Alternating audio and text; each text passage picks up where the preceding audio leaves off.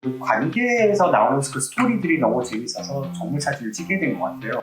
남자 학생한테는 이렇게 야한 컨텐츠를 살 수 있는 불법으로 몰려와서 살 수 있는 그런 곳이었기 때문에 망고를 들고 이걸 뭐라고 배치를 시키지? 그러면 광장시장을 들고 돌아다니면서 계속 이런 적이 있어요. 그랬더니 사람들이 그걸 갖다가 보고 내 이야기 갖다가 투영할 수 있으면 그 작품이 최고라고 생각을 하는 것 같아요.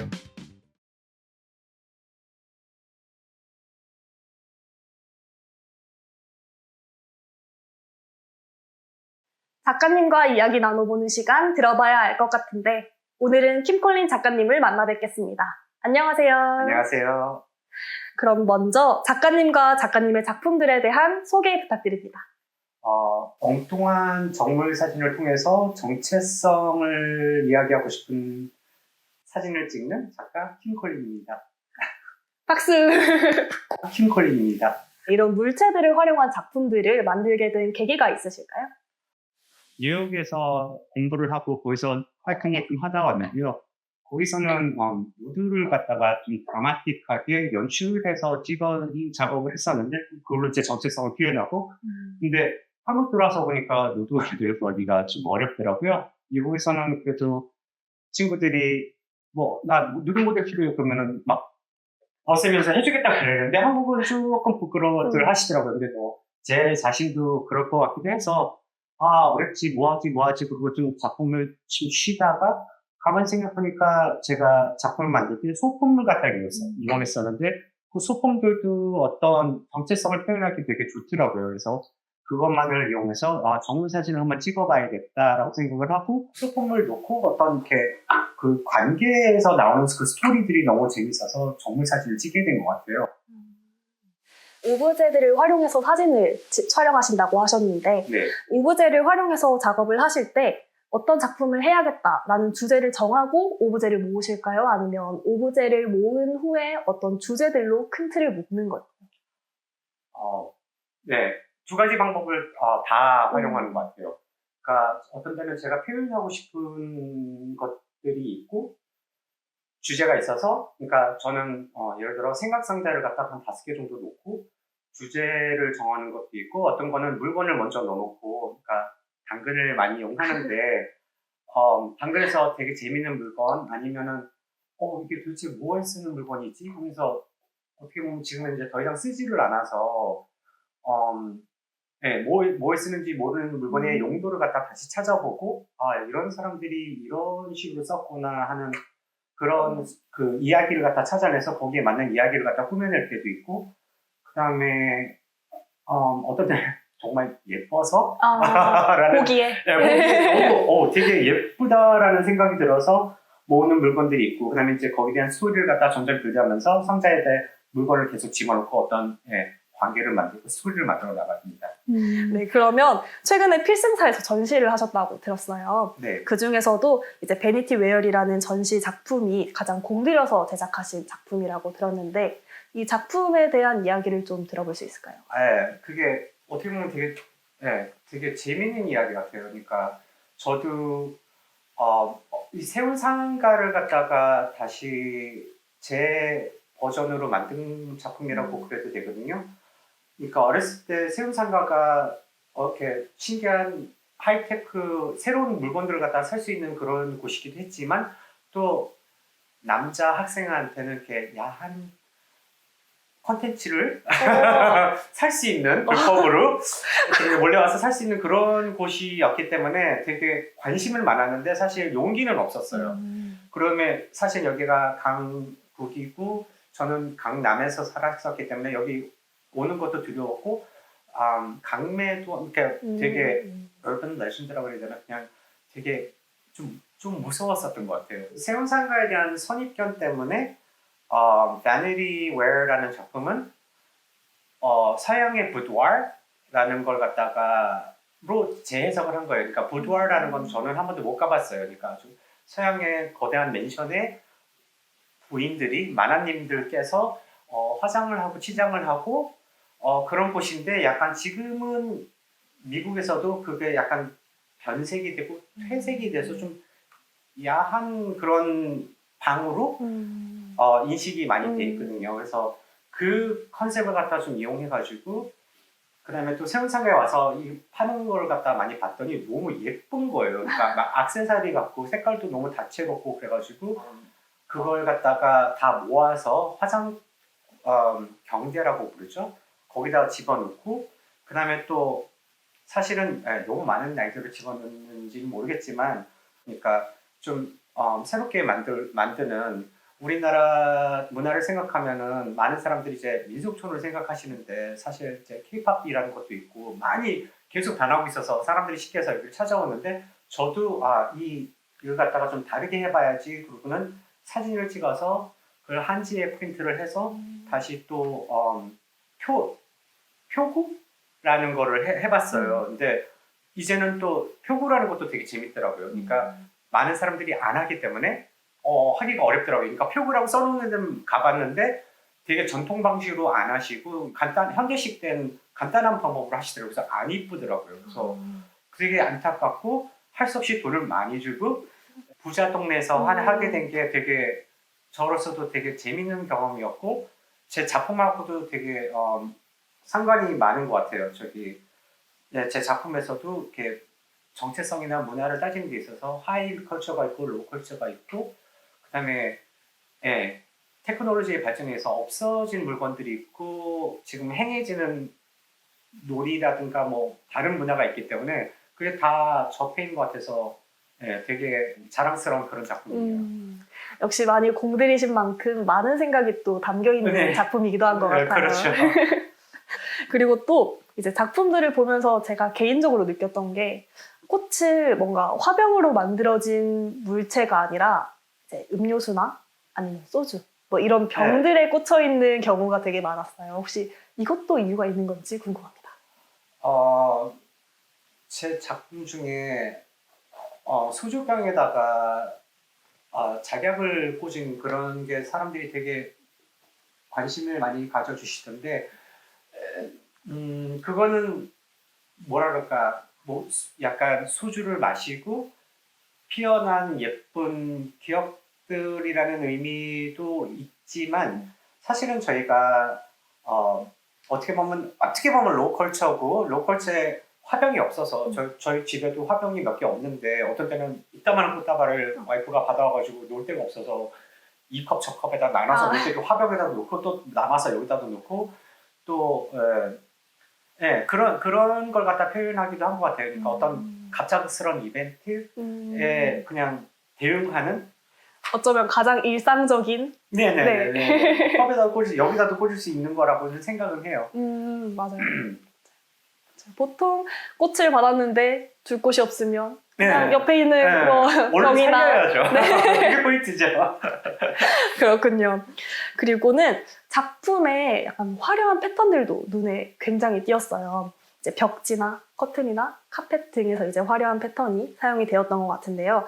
이런 패턴을 보다 보면 되게 작품을 다채롭게 만들어주기도 하고 어떻게 이런 패턴들이 이 오브제들이랑 잘 어우러지게 만들어져 있을까라는 생각도 들었거든요. 이런 패턴들은 혹시 어떻게 찾으시는 건지도 궁금합니다. 예리하시네. 제가 신경을 많이 쓰는 그런 부분이긴 한데 제가 패턴을 갖다가 이렇게 보고 있으면은 일단 되게 한번 그냥 끄적끄적 한번 그려봤는데 너무너무 신기한 거예요. 그게 다 맞아 떨어지는 그 저기가.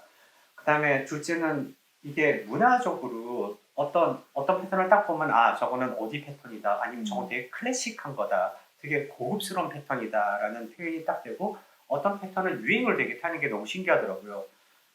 특별히 여자들 드레스를 보면은 뭐 예를 들어 꽃이 너무 크면은 저거 옛날 거야 아니면은 너무 작으면은 또 저거 70년대야 뭐 이게 맞는지 틀린지 잘 모르겠지만 어쨌든 그 유행을 타는 게 너무 재밌어가지고 패턴이 시간적인 요소를 되게 많이 타는구나. 그래서 작품에서도 약간 과거, 현재, 미래를 갖다 되게 표현하고 싶어 하는데 패턴이 되게 도움이 많이 되더라고요. 그래서 패턴에 관심을 많이 갖게 됐었고 그다음에 어떤 색깔 스토리도 되게 도움이 많이 되고 근데 이제 입체적으로 그걸 갖다 표현하기가 어려운데 그걸 갖다가 물건들과 잘 조합을 해서 같이 시너지를 만들어 나가는 그 재미가 어려우면서도 도전적이면서도 네, 되게 재밌는 것 같아요.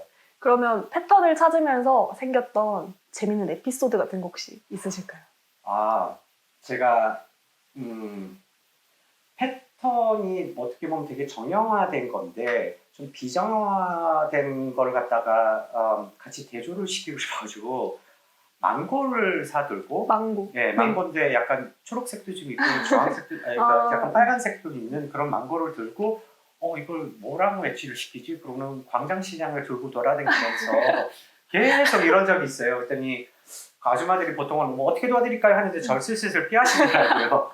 근데 또 어떤 아주머니가 용감하게 뭐 하려고, 뭐 하시려고 그래가지고 그분한테 얘기를 하고 그랬더니 그 아주머니가 그래도 뭘 꺼내주시더라고요. 그래서 아 전문가의 도움을 받으니까 되게 도움이 되는구나. 그리고 거기서 천을 사가지고 너무너무 마음에 들었던 기억이 있습니다. 망고 하나를 들고 시장을 네, 시장을 갔다가 다니는. 조금 미치스럽죠? 그래서 재밌는데요. 그러면 작가님의 작품들을 이제 몇 개를 봤는데 공통적으로 좀 자주 등장하는 물체들이 있더라고요. 예를 들면 병, 꽃, 불상, 조롱박이라든지 네, 이런 물체들이 자주 등장을 하던데 이걸 자주 활용하시는 이유가 따로 있으신지 궁금합니다.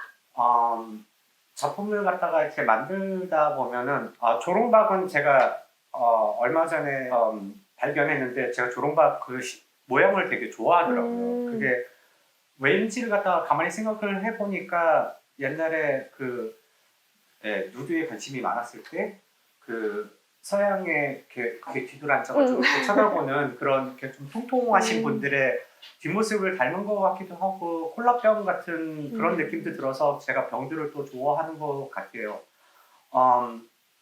자주 등장하는 물건들은 어떻게 보면 또 필러예요.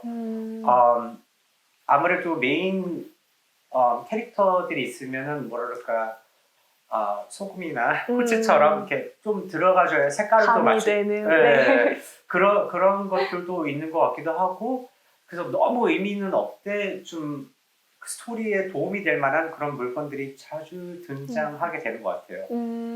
그러면 큰 의미는 없지만 개인적으로 좋아하는 물체들이 자연스럽게. 들어가고 어떻게 보면 윤활유 역할을 할 수 있는 뭐랄까 좀 맹탕인 의미의 물건들일까요? 그렇군요. 그러면 이제 대부분의 작품들을 보면 이제 작가님들의 경험, 습관, 생각 같은 게 투영되어 있다 보니 작품을 보면 작가님을 보는 듯한 느낌이 들 때가 있어요. 혹시 콜린 작가님께서는 작가님의 작품 중에서 작가님과 가장 많이 닮아 있는 가장 사적인 작품이 뭐라고 생각하시나요? 가장이라고 얘기하면 되게 어려운 것 같아요. 그러니까 저는 모든 작품이 저랑 제 개인적인 이야기지만 그다음에 봉준호 감독님이 말씀하셨죠. 자기 것이 가장 세계적인 것이라고 그런 말에서 되게 영감을 받고 그냥 제 이야기가 또 다른 사람한테 있을 수 있는 이야기고 꼭 제 이야기를 갖다가 저는 인생은 약간 어떤 해답을 찾는 거라고 생각을 하거든요. 정답은 없지만 어떤 해답을 찾는 거라고 생각이 들고 저한테 이런 문제가 있었으면 나는 이렇게 풀었지만 다른 사람은 그 문제를 발견하고 나 같으면 이렇게 풀었을 텐데 했더니 그거 좋은 아이디어다 하는 그런 게 전 되게 재밌는 것 같아서 그냥 거의 모든 작품에 제 이야기를 갖다가 다 조금씩 투여하는 것 같아가지고 네, 하나를 뽑기는 좀 힘들다. 힘들어요. 자서전적인 그런 게 전부인 것 같아요. 그렇군요. 충분히 이해 가능한 말인 것 같아요. 맞아요. 작품들의 뭔가 하나를 꼽기보다는 여러 개의 작가님의 모습이 조금씩 다 투영이 되어 있다 보니까. 네네. 그리고는 이제 영상 작업을 하신 게 있더라고요. 네네. 정확히는 사진을 이어붙인 네네네네. 작업인 픽셀 영상을 제가 봤는데 혹시 네네. 이거는 어떻게 만들게 된 건지도 궁금합니다. 그러니까 정체성에 관한 작업을 하다 보니까 사진의 정체성이라는 것도 생각을 하게 됐었고 그 다음에 어떤 우리가 정체성을 갖다가 약간 따질 때 되게 저 사람은 한국 사람이야. 그래서 뭐 어떻게를 갖다가 선입견이 있고 아니면 저 사람은 뭐 러시아 사람이야. 뭐 저 사람은 흑형이야. 뭐 이러면서 어떤 선입견들을 갖다가 약간 깨고 싶은 생각에 증명사진이라는 포맷을 이용해가지고 여러 증명사진을 다 스캔을 해가지고 거기서 픽셀을 하나씩 따와가지고 그러니까 눈 자리가 비슷할 것 같고 입 자리가 비슷할 것 같고 코도 비슷할 것 같아서 그걸 갖다가 픽셀을 하나씩 옮겨봤었어요. 그래가지고 그 다음에서 또 다른 걸 갖다 하나씩 다 옮겨와서 붙인 다음에 그래서 그걸 갖다가 유동적인 우리 정체성을 갖다가 표현하고 싶어가지고 예, 소리는 없지만 그리고 그 프레임 하나하나가 사진처럼 보였지만 이게 되게 천천히 바뀌어요. 그래서 어떤 때는 여자 같았다가 어떤 때는 남자 같았다가 어떤 때는 좀 나이 들어 보였다가 하는 게 되게 저는 재밌고 그다음에 정말로 마음에 들었던 거는 사실 되게 옛날에 그레이니한 그런 뭐 옛날 필름 썼을 때 한 3,200쯤 되는 그런 사진을 갖다가 표현한 것 같아가지고 저는 결과물은 되게 마음에 들었었습니다. 맞아요. 저도 딱 봤을 때는 그냥 하나의 사진 같아 네. 보이더라고요. 근데 그렇게 많은 사람들의 네. 얼굴이 담겨 있는 거였군요. 맞아요. 그리고 이 픽셀 영상을 보다 보면 이게 계속 조금씩 바뀌다 보니까 그 SNS에서 유행하는 인간의 노화 과정이라는 영상이 떠올랐어요. 이건 좀 개인적인 질문이기도 한데 작가님께서는 늙어간다는 것, 노화에 대해서 어떻게 생각하시는지도 궁금합니다.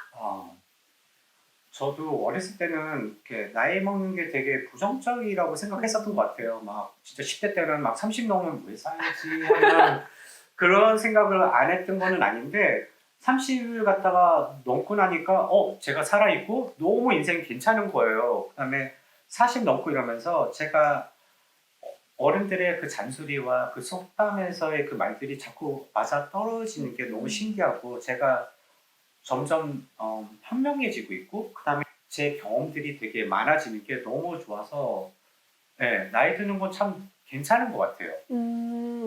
그러면 나이가 들면서 작품들에도 조금 변화가 있을까요? 생각이 변하기 때문에.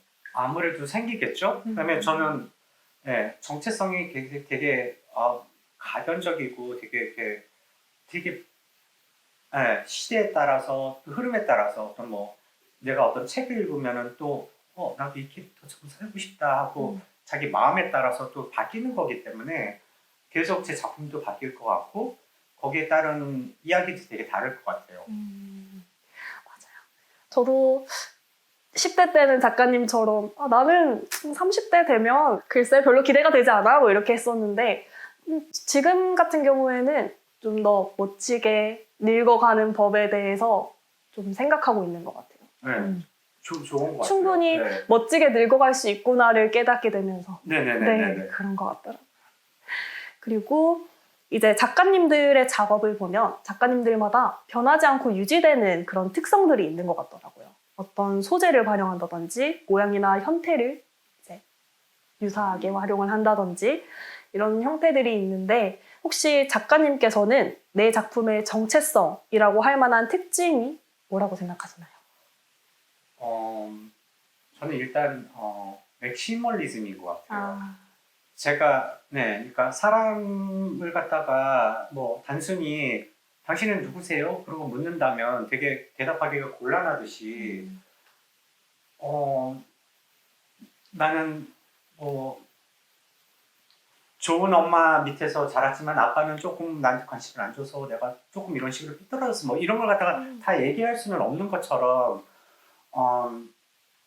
되게 복잡하고 많은 사연들이 있는 다 인생들인 것 같아요. 그래서 그걸 갖다가 뭐 함축해서 표현하는 방법도 있겠지만 제 작품은 그런 그 복잡한 걸 갖다가 표현해주고 남들도 복잡해도 괜찮다는 그런 이야기를 되게 하고 싶어하는 그런 작품들인 것 같아요. 다들 쉽게 인생 안 살았던 것 같고 다들 되게 이런 일도 있고 저런 일도 있고 그러면서 내가 이렇게 조금 변하고 저렇게 조금 변했는데 그런 이야기를 갖다 하고 있는 작품들인 것 같아요. 좋네요. 자, 이제 점점 마지막이 다가오는데요. 네. 혹시 마지막으로 하고 싶으신 말씀이 있는지? 저는 제 작품이 어떤 멍석을 깔아준다? 아니면은 어떤 핑계를 갖다가 이렇게 만들어주는 작품들이 아닌가, 아니면 기대를 하게 돼요. 그러니까 제 작품을 보면은, 아니면 어떤 미술 작품을 보더라도 사람들이, 이걸 보니까 어떤 생각이 들어 하는 그런 작품을 만들고 싶은 욕심이 있고, 사람들이 그걸 갖다가 보고 꼭 그 작가가 의도했다는 것보다 내 이야기를 갖다가 투영할 수 있으면 그 작품이 최고라고 생각을 하는 것 같아요. 그래서 여러분들도 미술을 갖다가 보실 때 좀, 물론 물어보면 더 좋겠지만 어떤 때는 그게 별로 그렇게 중요한 것 같지가 않더라고요. 내가 왜 이 작품을 만들었는지. 저는 이렇게 해서 이런 생각 때문에 이런 작품을 만들었지만 또 그 사람이 받아들여졌을 때는 나는 뭐 간단하게 요 물건이 아니면 어떤 그 주제가 아니면 요 색깔들이 나한테 어떤 생각을 들게 하기 때문에 나는 좋다라고만 해주셔도 되게 작가들은 행복해하는 것 같아요. 그러면 사람들이 작가님의 작품을 감상하면서 자기만의 생각을 좀 스스로 할 수 있게끔 할 수 있는 작품들을 계속 만들고 싶으신가요? 네, 사람들한테 그러니까 영감을 주고 싶은 그런 생각이 없지 않아 있죠. 제 작품도 보면은 뭐 이렇게 약간 뭐 숨어 있는 물건들도 있고 맥시멀리즘을 하다 보니까 뭐 물론 필러지만 그 필러가 어떤 작은 의미를 갖다가 가져올 수 있는 그런 의미가 있기 때문에 아니면 그런 기능이 있기 때문에 여러분들이 보고 재밌는 생각을 하시면은 그 최고인 것 같아요. 좋습니다. 그럼 오늘 인터뷰는 여기서 마치도록 하겠습니다. 네, 감사합니다. 고맙습니다. 수고 많으셨습니다.